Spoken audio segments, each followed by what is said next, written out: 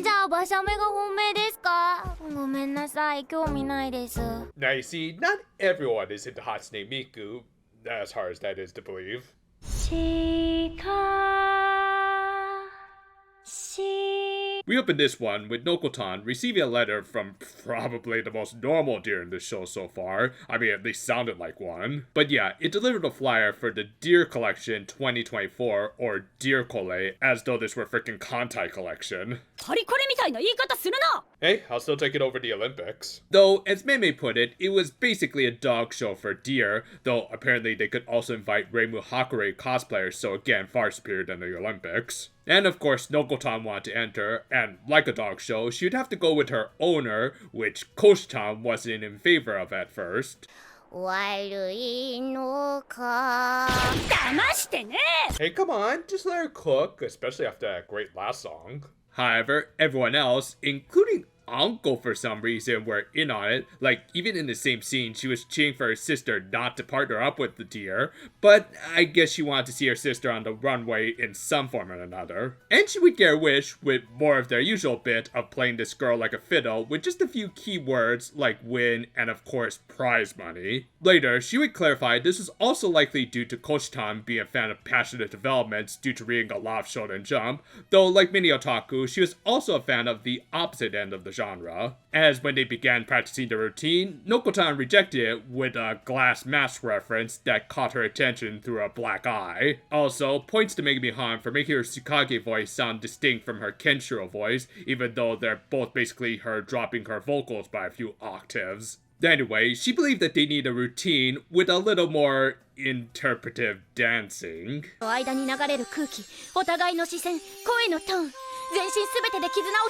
just do your opening dance sequence and you'll at least get a few points for being trendy. But yeah, because they really had to hammer home the glass mask reference, the pet ended up leading the owner in their rehearsals. And in the end, Koshtan did manage to get her steps in right in front of their teacher. 優等生のコシさんでもたまには弾けたい時だってあるわよね。いいと思うのそう。 Hey, you're one to talk, Miss 17-year-old. Hilariously enough, they ended up losing to some old geezer and his deer, though overall, this was kind of a typical segment for this show at least, with some jokes like that one with Ukai feeling a little mistimed, like she really should have walked in on Koshtan just as she said this line.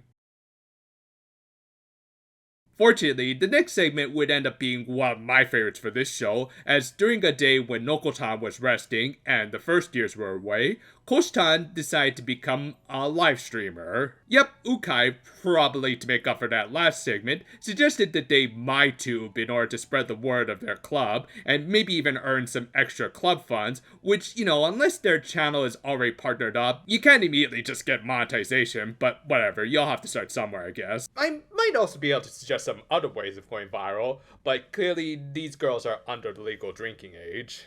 And I guess I might have to retract my previous Hatsune Miku comment, as they got a surprising audience at first, albeit one that's just as snarky as the one from VTuber Legend. Though part of that might have been due to, well, you know who. Thus, Koshtan had no choice but to turn it into a collab stream, and as it went on, something seemed to be happening with Nokotan's Antlers. At first, they were apparently so itchy that she needed a scratching post, and after she calmed down, they began drooping and then growing. 何言ってんの？うわー！なんかすごい伸び始めた！ Directed by Katsuhiro Otomo. And to those who don't get that joke, thank you for making me feel old.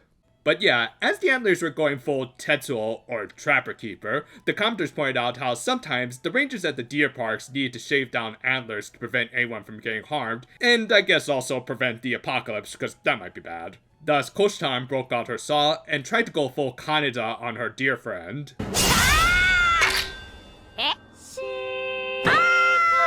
Now you see, the problem is that you didn't do the motorcycle thing, that's the key.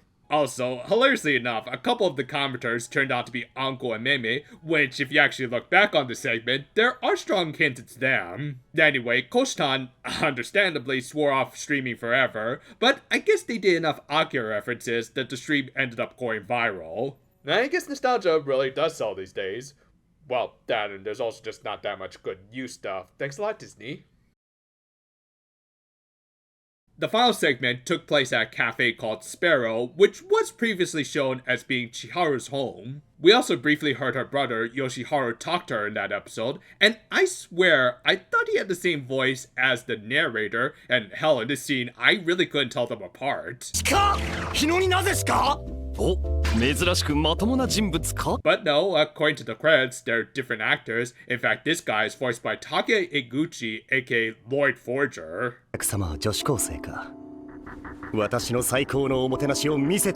Dude, you don't have to make everything a spy mission. Yeah, as if dealing with his Esper daughter wasn't enough, he now had to be a good server to the dear girl. To his credit, he did have a few things prepped for the average high school girl, including a Bluetooth player so that the customers could listen to what everyone was listening to. But he didn't have the necessary equipment for Antlers.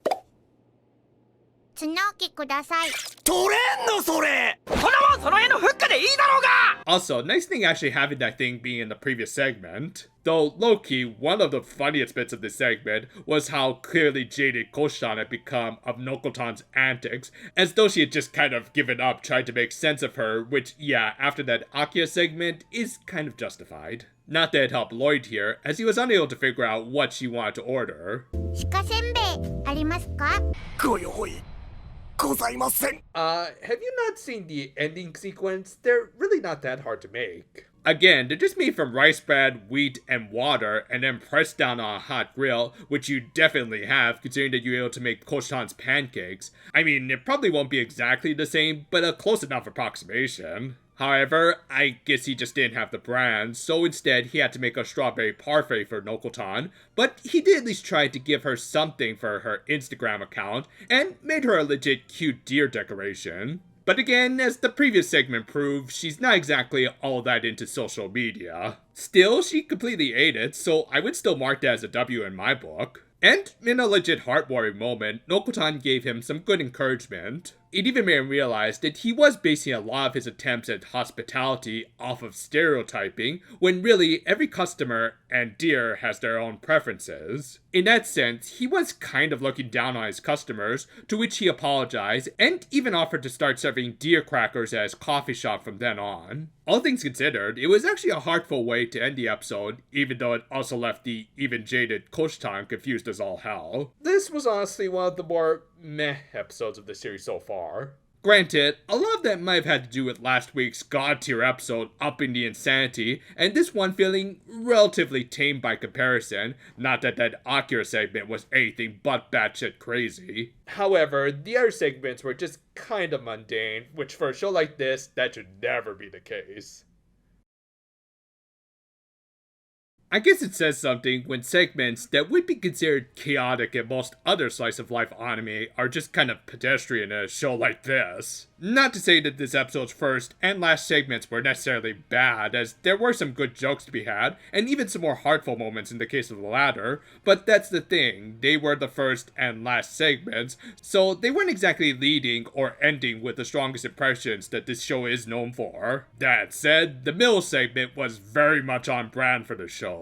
Like, I'm not totally sure if they were intentionally going for an Akira or Otomo reference, but goddamn, it was epic nonetheless. Again, I just love it when this show embraces the full chaotic energy of our dear god Nokotan and her antlers that will likely bring upon the reckoning. It was even kind of awesome to see Koshtan try to be a badass, but fail in the end. This segment alone kind of made this episode, and while lacking that same energy, the last segment was at least interesting to see another person's reactions to Nokotan beyond our usual cast. Thus, while overall lacking the usual abundance of surreal comedy that we appreciate from the show, if something like this isn't quite enough to satisfy, then it at least means they're doing something right that keeps bringing us back in spite of our better judgment. Thank you for watching another week of reviews from this channel, and another week of brain rot.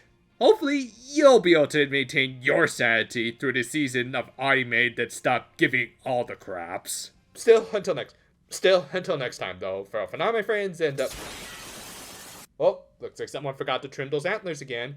Oh well, at least I got my clippers ready.